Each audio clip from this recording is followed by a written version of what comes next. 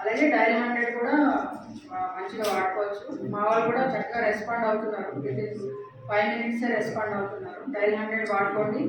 అలాగే ఏ రకమైన సమస్యలు ఉన్నా కూడా నన్ను వచ్చి కలవచ్చు పర్సనల్. సైబర్ క్రైమ్లో టెలికామ్ గ్రూప్స్లో టాస్క్లను వస్తుంటాయి కదా, అలాంటి దాంట్లో ఫస్ట్ ఒక 1000 రూపీస్ ఇన్వెస్ట్ చేశాడు. దానికి 10,000 ఇన్వెస్ట్ చేస్తే 1000 రూపీస్ వచ్చాయి అన్నారు. సో బాగుందనేసి స్టార్టెడ్ ఇన్వెస్టింగ్. ఆయన అట్లా 18 lakhs వరకు పోగొట్టుకున్నాడు. సో మన దగ్గర ఈ సైబర్ క్రైమ్కి సంబంధించి కేసు రిజిస్టర్ చేశారు. చేసి మన ఇన్స్పెక్టర్ పురుషోత్తం అలాగే రవి కలిసి ఈ కేసులో ఫస్ట్ టైం మనకి నిర్మల్ జిల్లాలో ఒక సైబర్ క్రైమ్లో రిఫండ్ తీసుకొచ్చారు. 18 లక్షలు కానీ 13 లక్షలు రిఫండ్ వచ్చింది. మిగిలిన అమౌంట్ కూడా త్వరలోనే రిఫండ్ చేస్తామన్నమాట. Credit goes to Gangareddy DSP గారు ఉన్నారు, పురుషోత్తం గారు and or IT core SI Ravi, వీళ్ళందరూ కలిసి దీన్ని చక్కగా సక్సెస్ఫుల్గా చేశారు. వీరందరినీ నేను అభినందిస్తున్నాను.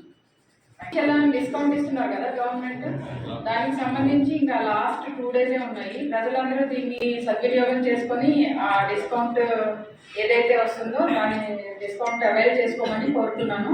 పెండింగ్ చలాన్స్ అన్ని క్లియర్ చేసుకోమని నేను కోరుతున్నాను. అప్లికేషన్స్ కూడా కొద్దిగా ఫ్రాడ్ అవుతుంది.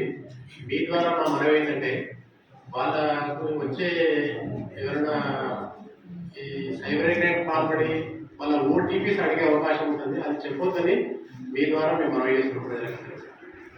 కూడా ఈ మన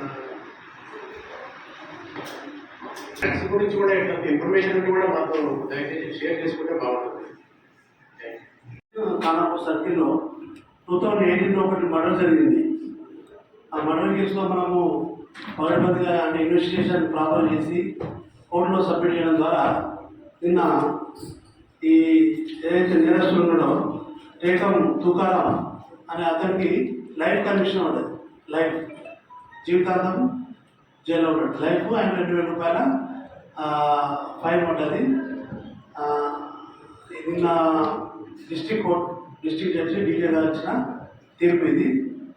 కాబట్టి ప్రజలను కోరుకునేది ఏంటంటే ఏదైనా చిన్న చిన్న విషయాలు ఉంటే పోలీస్కి ఇన్ఫార్మ్ చేయండి. పోలీస్ ఇంటర్వ్యూ అవుతుంది అవి మీ సమస్యను తీరుస్తాము. కానీ చిన్న చిన్న విషయాలకు కొట్లాడుకోవడం మర్డర్ చేసుకోవడం చేయకూడదని ప్రజలందరికీ విజ్ఞప్తి.